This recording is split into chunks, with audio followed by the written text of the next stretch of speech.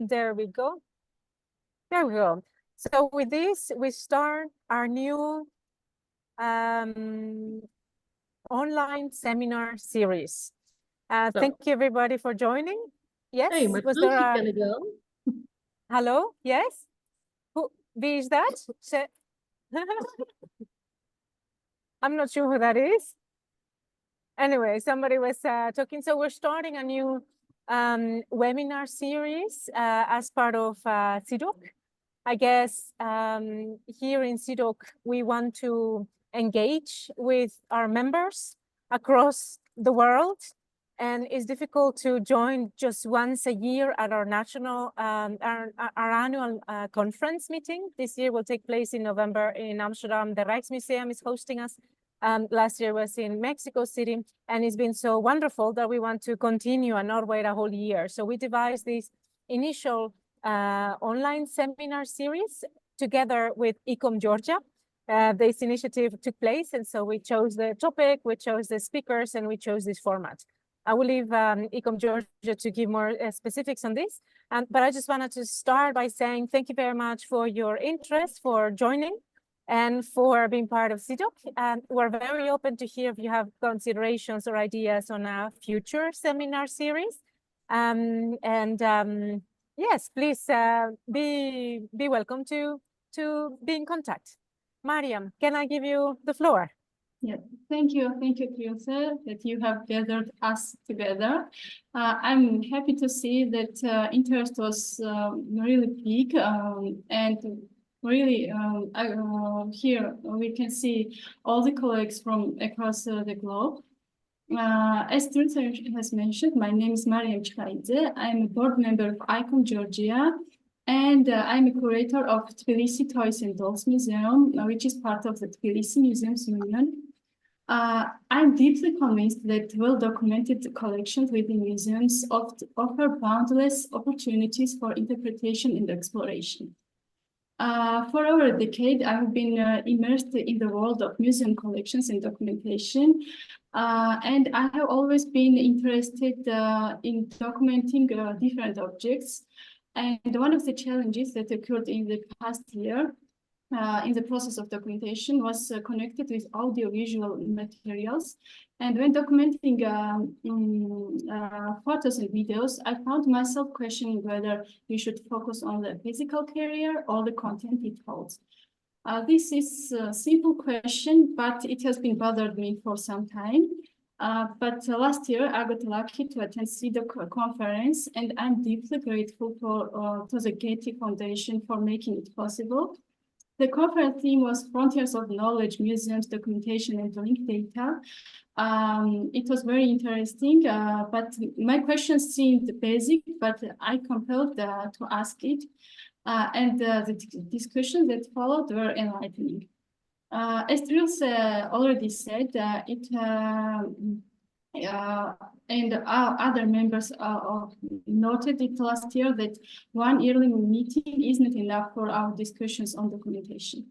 So with my questions at CIDOC conference, Trilce, she had introduced me with some professionals who were working on these materials during the conference. But after that, we decided to make this seminar series and to dedicate it to the documentation of images, a topic that we are all passionate about. Now I will not continue, now I will not go further, and I'll introduce our first speaker, Dominic Oldman, who is director of Kartography CIC. Dominic is a historical researcher who has over 28 years of experience of managing, researching, and developing heritage and humanity systems with a focus of underlying historical research methods. He's a principal investigator on the Research Space project. This project has delivered a practical community platform used for representing history and historical sources with richer data narratives, resolving the dialectic, quantitative, and qualitative methods, and addressing the issue of reductive databases by addressing complexity in data using knowledge and representation. He is currently researching a history of computing from a humanities perspective to inform digital research methods, the effective use of computers by historians, and to support the practitioner researcher approach in cultural heritage organization. We are already a bit late, so Dominic, the floor is yours. Thank you. Okay, thank you very much. So I've been invited to discuss images, and images are very important to systems that try and engage users generally. I'm going to go through some of the reasons why images are important for digital systems. Particularly ones that are trying to describe and link history together. So we'll start there. So one, they're engaging. So we all know that when we're putting stuff onto the web and we're putting sort of information that we've got from our museum, one of the things that people really want to see to make sense of anything is an image. And having really good images is very important. And obviously there are issues there with restrictions on copyrights and stuff like that. But if we can have images, then it conveys better meaning. It makes sense of especially some of the data that we have on an object, because it just fills in the gaps for us. But it's also really important if we want to start connecting things together. Visual connection is really important. And what I'll be showing you today is ways in which you can use images using context to create narratives, to create stories. But it's the images that really make the impact, not just if you're a general user, but also if you're a researcher as well. But also, again, if you're using it for educational purposes. So in that sense, research, education, engagement are all similar in that we want to make sense of information using strong imagery. But it's also important for accuracy and meaning. And we'll have a look at some examples today where actually the data isn't accurate and meaningful, but the images can help us to make sense of that data. But obviously we need to improve the data that's around the images as well. Having images gives us a compelling reason to make those connections as well. And a lot of this stuff will be, there won't be any technical CIDOC CRM in it, but it'll make use of some of the concepts in CIDOC CRM. This idea that you can contextualize things, but we'll be doing it more with images than we will with lines and boxes today. Okay. So I have an image here, and the image is from the Metropolitan Museum. So I would wonder if, this is a seminar, by the way, so you have to take part. So what's wrong with the data on this object? Can anybody tell?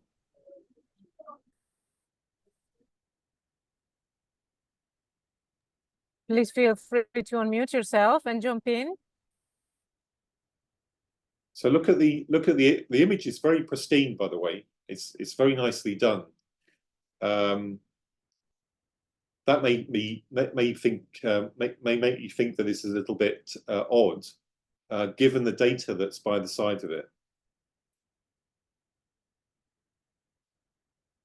Okay, so if we go down the data, we've got an artist who is 1865 to 1941, and it says that this thing is Dynasty 19. This is an ancient dynasty, yeah. And it's BC, so there's 1279 BC, and it's obviously from Egypt. But then it's on tempera and paper, and it's got some other bits and pieces. So there seems something a bit odd about what's being described here, because the period is obviously not the object. This is a facsimile, a painting by an artist who's created an image that is modern and nowhere near ancient. But the actual collection system doesn't operate in that way. So they've conflated what the image is with the object of the image. Yeah.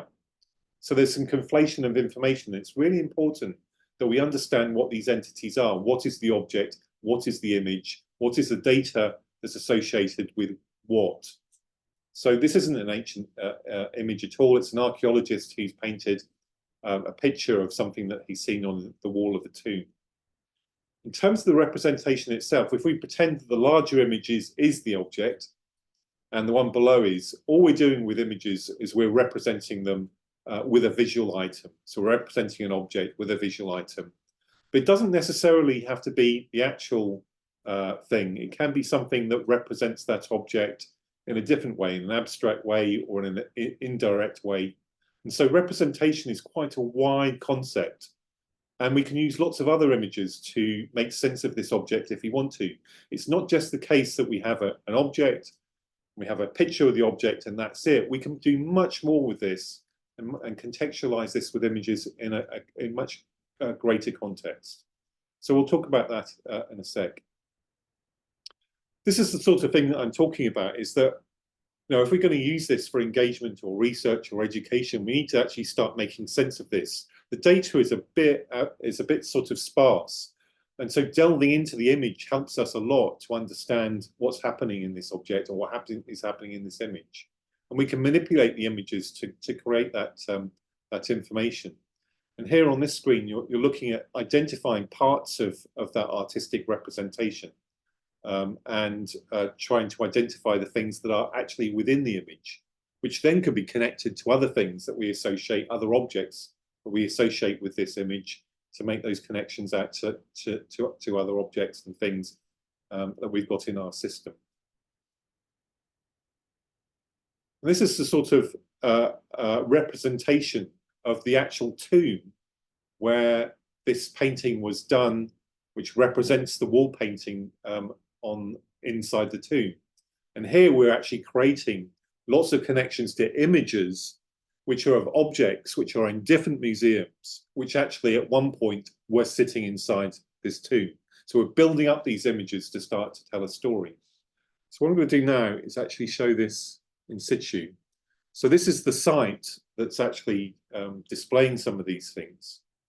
And if we look at the knowledge map, which one is it? Hang on, it is his tomb.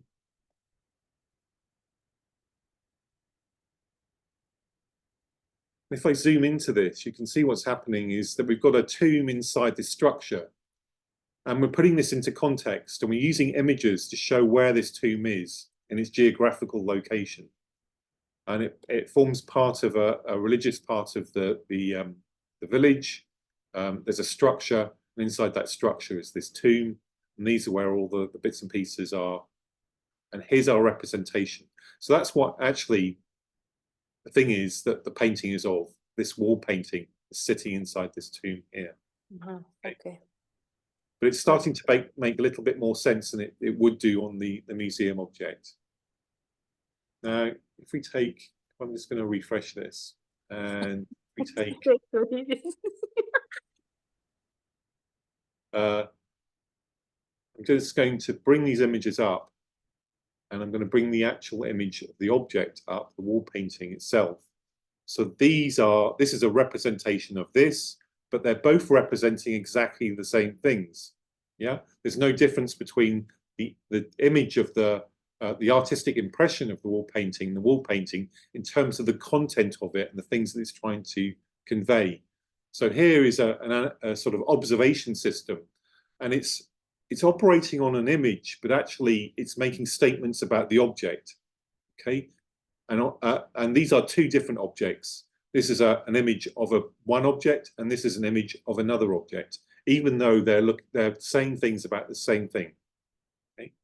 So if we look at this here, it's part of, oops, sorry, I pressed the wrong button. If we edit this one here, so this is looking at this image in here. And if we go to the wall painting here, I can make an annotation here. I can start thinking about connecting these two things together. And this is how we're going to start sort of start making sense of both of these things together, and potentially then connecting them out to something else. So we have an annotation here, which appears on here. And if we create a visual item from this in the data, we can start operating on the data. and we can start filling in information about the particular parts of that image.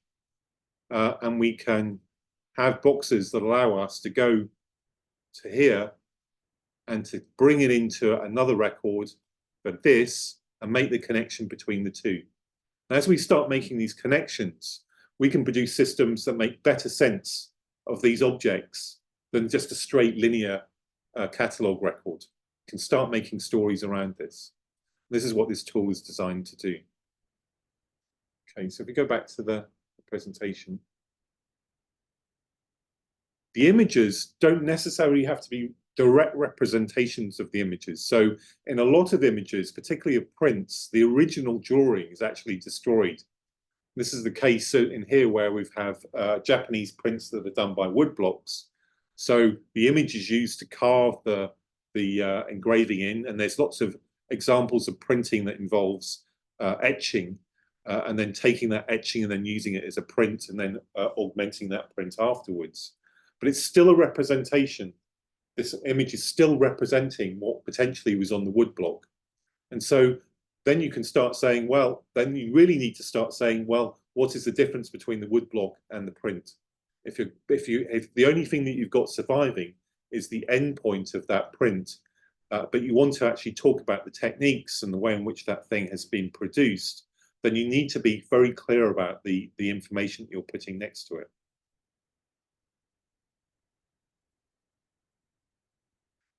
Time-based images can be more complicated, and I suspect that not many systems deal with this very well. But this is an example. I'm not sure whether I should press this because of I'm not sure the sound is going to work on this. But these type of time-based performances, this is Francis Alis doing a particular series of videos, artistic works. If I move that on a bit, you can see what he's doing. Okay, so what we might want to be able to do is describe different parts of this video. And that means that we need to take parts of the recording, maybe even take snapshots of it, and we need to have a way of representing those parts of the recording and identifying them in terms of the time within the video, and then having separate records for that.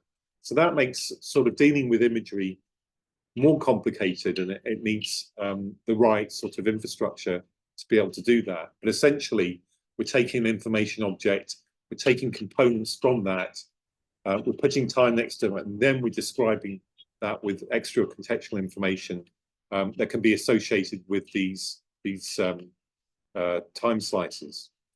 But it's part of a series. So Francis Alis has a series of these video performances, which potentially also need to be connected together to make sense of the series of these things, which together make up a series of concepts that the artist is interested in. The other reason that we, if I stop that does go on for a bit. But the other reason that we need to have quite accurate information and accurate images is because we're not just using these for engagement, we're also using these for research and science and discovering what these things are actually made of. So a lot of the images that we're producing in Heritage is actually to do with these types of investigation. So this is textiles, this is a zoom in of a textile, and these are areas that are being sampled by a scientific application. But these also can be connected into the whole narrative and story and give interesting narratives and engagement stories to people who are interested not just in some of the sort of the basic information about the object, but some more information about how they were made and the techniques that were used, and you know how these textiles were then used in real life. And so, you know, a lot of these images are being generated in different parts of the museum for different purposes.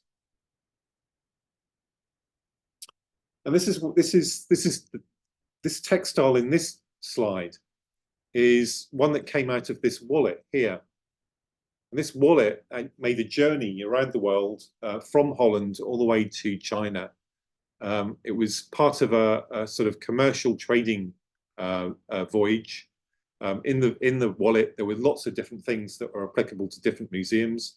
There were seeds that are now being preserved and grown in the botanical gardens at Kew, but also the textiles that we just saw, but also the whole story around the research project itself and the analysis that was done. And again, using images helps us to start conveying stories around that project. And again, here's the wallet traveling around the world to different places, around the Cape of Good Horn, all the way to China, visiting different places on the way, making deals, contracts, and eventually coming back to Europe. And these are the actual textiles themselves. So what we're doing is we're giving context to the whole voyage, and then we're starting to delve into another area where images are really useful to complete that story and that narrative around these textiles and how they were used. This is about to be finished and will be used to eventually show how these textiles were used in places in England and what things they actually produced out of them in the end. Because a lot of these things were produced for Western markets and stuff like that. So if you can turn the recording off now.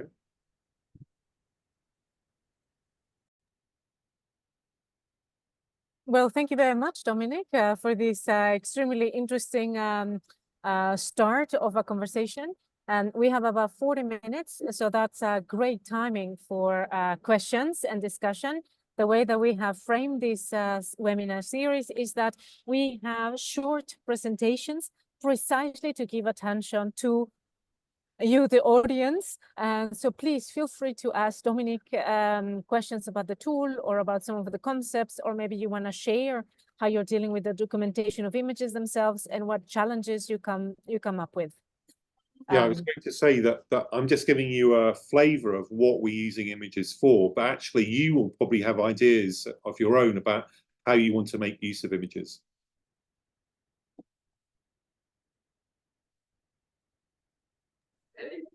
I would not like to ask for people specifically, but Malo was here earlier, so I wonder if she has any questions on the chat. Alternative Thea is also joining us. I'm not sure she also has some questions or comments about registration of images on her collections.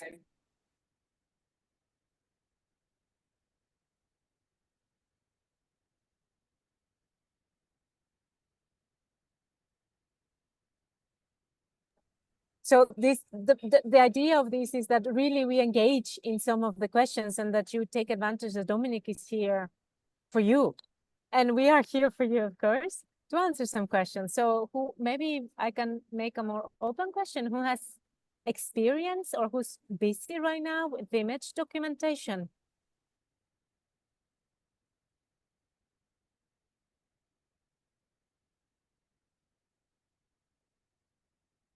So maybe we can ask also, do you feel that you have the right infrastructure for recording your images, not just in terms of the systems, but just in terms of the types of information you're able to input into your system? You might have also issues about licensing of those issues and showing some of those issues off, so showing some of those images out or sharing them. But also you might have particular projects that you're interested in where you want to do more with the images that you've got. May I say something? Dominic, thank you for your presentation. The job cartography is doing is the dream for me. But I had a question about the videos you showed. How do we document a video? Do we need to define the material? As we, the museums, are the keepers. For example, if we have the video recorded on the film, do we consider the object as a video which is recorded on the film, or the video itself which can be transferred in digital form? Yeah, And how do we document it? Do we do it after we transform it and consider the video, the image, the video, the content as an object, or the content and the carrier together? yeah. So what you've got is a sort of material thing. So you have this depending on what format you have it in, you have a file for it, or you have a cassette for it, or whatever. And you have formats that are that describe how it's been recorded. So there are material aspects of it about compatibility. So people want to record information in order to make sure that they can conserve those things over time. You know, a lot of video recordings, old video recordings, currently don't have players for them, so they have to be transferred. Also, there's degradation and stuff like that. So a lot of information actually needs to go into the materiality of what those videos or images are actually stored on. Simply for very basic reasons of conservation and preservation of those historic images. And lots of images have been destroyed simply over time because they've been originally put on to film that has just withered away over time. So a lot of people spend a lot of time looking at the materiality of those old formats, but when it comes to digital, once you've got it onto digital, mostly people are interested in the information. So there's the materiality of the thing you've got, and then there's the information that actually carries. And of course, what we've been talking about is images carry visual information, which needs to potentially be converted either for various reasons, to be explained, to be interpreted, to give some context to the particular work, to show a provenance of artistic intent over time and stuff like that. But there are very many different reasons why you would put information against an image or a video. And that's basically what people need to think about is what is this thing that I've got, and what is the really important information that I want to derive from it, and that will then drive the model that you use to describe it. But the more flexible your model, the better it is, because you can continually keep on adding things in, whether that's material or immaterial information. So we can keep both data. For example, that it was recorded on film, if you go with this video, my example, and if the film deteriorates and it is not possible to look at the film, we can just put another recording that we have still this video, the object is still alive, but not the carrier, but we have still the object. Yeah, yeah, this is partly why I showed a conservation example, because conservation yes, exactly. will need that materiality being recorded next to it, because they'll need to run queries about next time they need to make an assessment of it, and record, you know, any stuff that they've done to it to preserve it. But conservation also record historical information. So they do projects which actually examine the history of things, because they want to know the significance of it. And they want to know the significance of it because they want to know what its priority is in terms of its conservation. But the historic information that they produce is also interesting to everybody else. And so that's when these things start to merge and overlap. And actually we start becoming much more transdisciplinary. And it's not just there's a function here in conservation, there's a function here in the curatorial department, there's a function over here. Actually, it's about creating these integrated graphs which record all of that information. And I think that's partly the problem we've got, is that, you know, in the past we've been very functional. There's been a digital asset system that records a particular type of information, and then there's a collection system that uses the images, that records another information, and then there's a conservation department that takes the images and represents them again in terms of their information. And really, we should be starting to look at how these things all link together. I see Martin has a question. Please, Martin. Yes. Regarding exactly that thing that Dominic just mentioned, those sort of legacy systems that we somehow have to, well, combine in some form. this system that you have been demonstrating, how does that communicate with other systems of a more specialized character? Okay, so this is quite a technical thing. So underlying this is a need to transform data into a way that is more amenable for interconnection.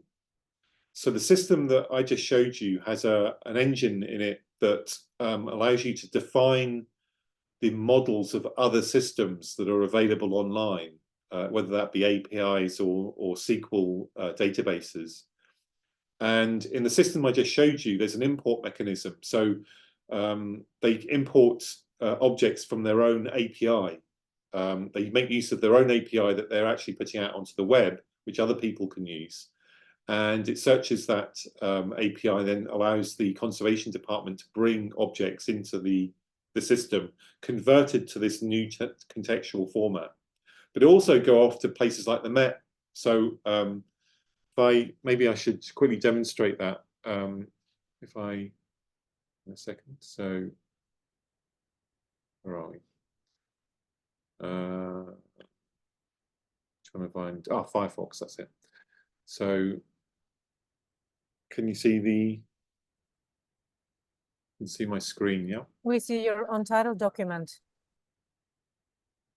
Okay, so if I go back into this, if I go into the, I won't go into the TNA one because we're recording again, I think. But if I go into the Egyptian one, which is a project that's just started, it's not fully complete yet. But if we go into, I'm sorry, do you want to stop the recording? Oh no, this one you can record. This is fine. Okay. Okay. So the TNA one is a bit more sophisticated. This is at its early stages. But if I go for a new object, I can actually go to the Met and put in, I can get that object we were just looking at. I can search. There's more features to put into this, but it's going off to the Metropolitan and it's retrieving objects that have, and there's the one that we were looking at. So it comes from the Met, and then you can import it into your project. And what it does at that stage is it imports the data, but it converts it into CIDOC CRM, brings it into the system, and then you've got it. And in we've got a new version of research coming out, which will put in more and more of these APIs to different museums, allowing you to then pull those things into your own system. Because if they're making them available publicly, then of course that's what you should make use of. And you can see this one will come into the system, but it's coming from the Met. You can see the URI there. So if you go, this is the Met website. So that's basically what we're trying to do, is allow people to go off to different places, pull in stuff, because people have similar objects and they'll want to compare images of similar things that they have in different collections and make some comments on that. So that's one reason for doing it, but there are also other reasons for doing it as well. Thank you, Martin, for this question. I see another question from Beatriz. Beatriz, do you want to ask your question?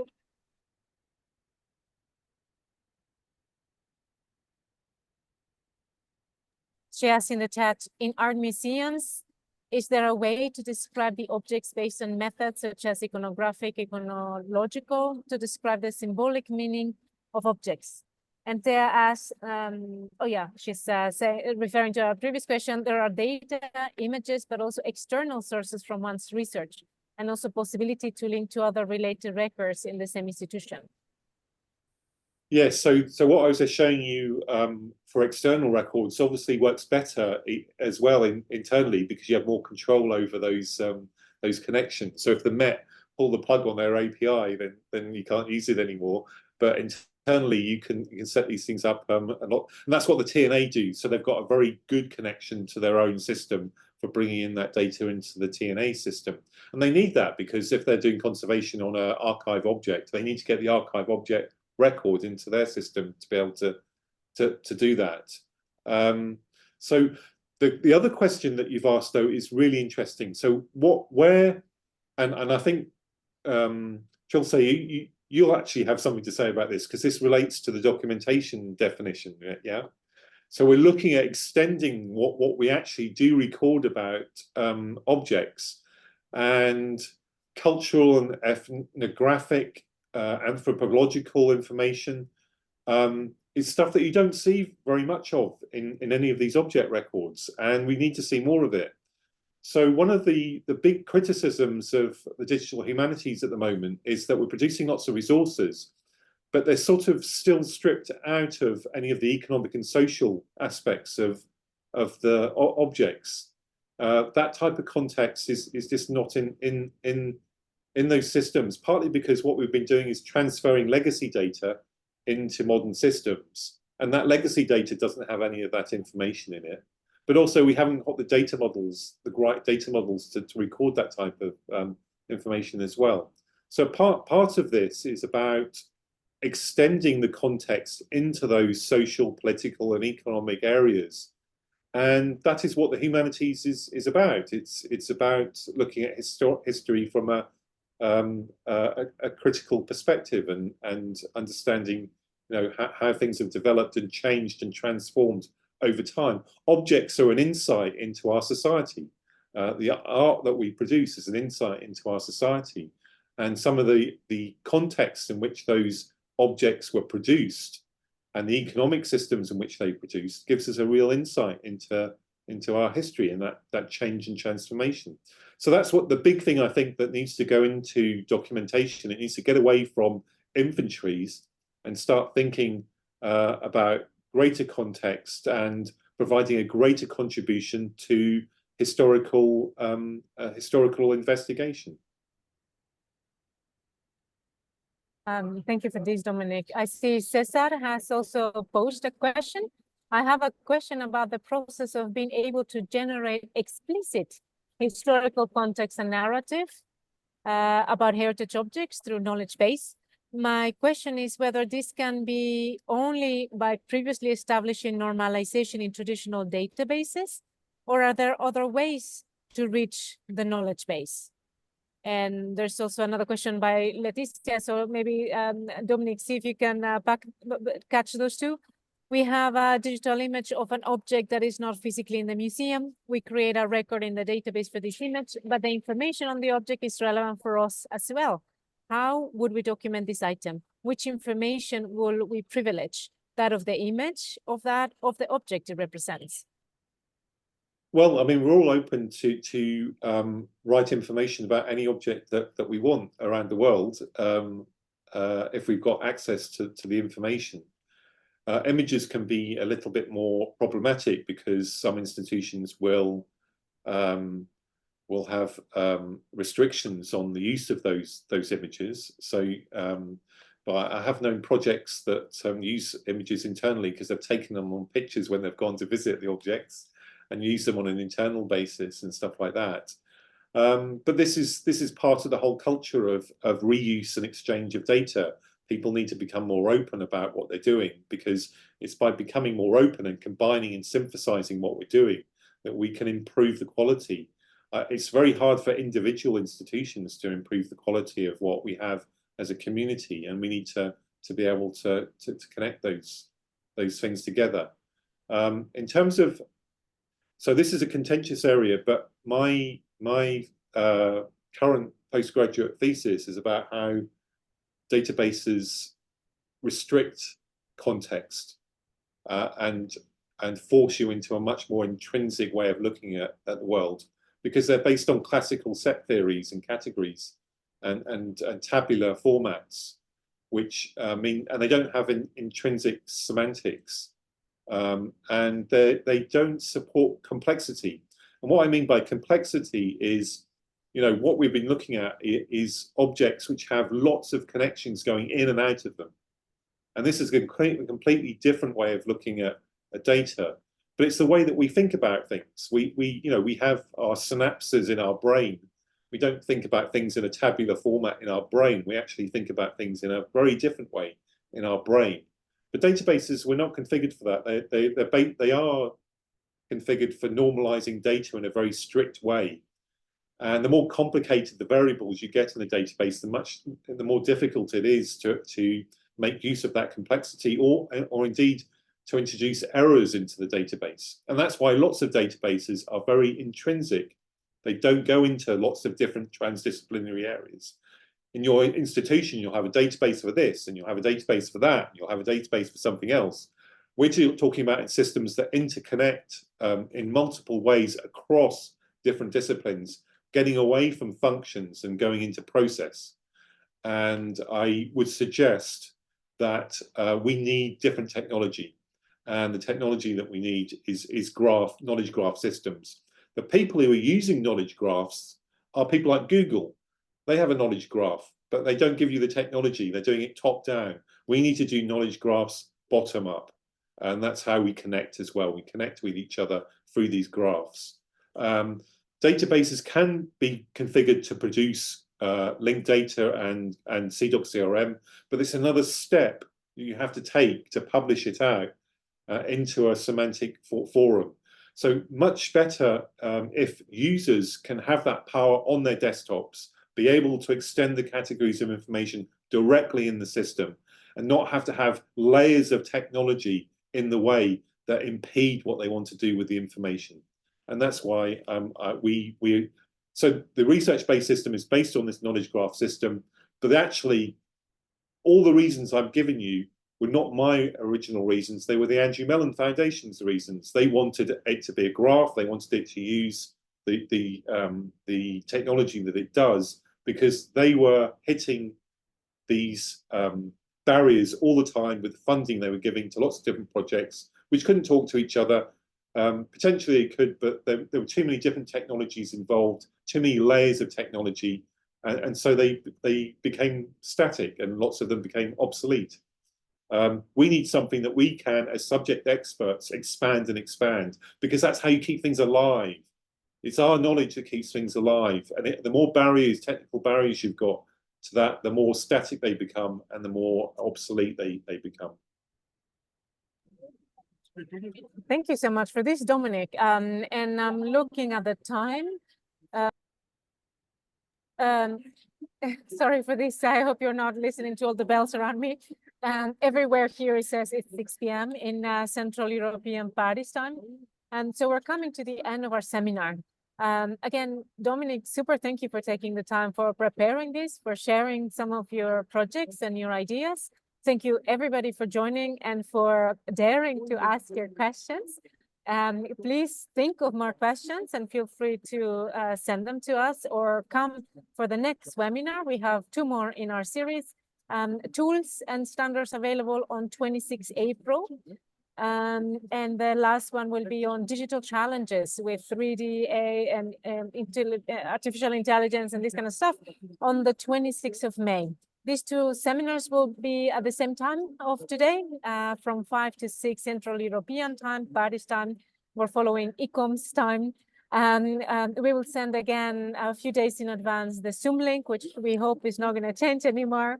Again, with that, I'd like to I think Dominic had in his slides, maybe Dominic, you want to put your website on the chat?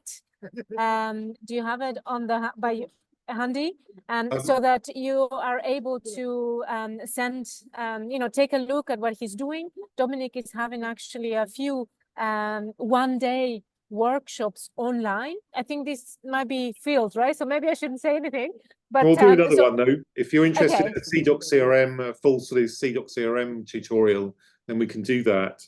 But also, can I put the slides up somewhere so people can see them? Yes, so I think what we will do is we will post the link to the slides as well as the link to the recording, so that you can take a look back and see some of these ideas and some of the tools, and maybe reflect a little bit more on your own time. There's Dominic's website and Dominic's email in case you have questions. Again, in our social media of Domino, we have posted some of the coming up seminars that we are organizing and that Dominic is organizing. And again, thank you, ICOM Georgia, for the great inspiration to do this. Thank you. Thank you. We're thrilled we were able to coordinate and the co-organization on this webinar, starting the series. So super. Any last comments, Mariam? I just wanted to thank you, Trilce and Dominic and CIDOC, and I just wanted to say everybody that asking the question is one of the best part of being this family, what is being called ICOM, because here are the people who are ready to help and navigate you through the way you're going. Thanks for having me as well. And just to, if anybody wants to email me with any questions, they can. Super. So I hope you noted the chat. Great. So have a wonderful evening, a wonderful night, wonderful beginning of the day for everybody. And we'll see you next time on 26th of April. Thank you all. Bye-bye. Thank you. Thank you. Bye.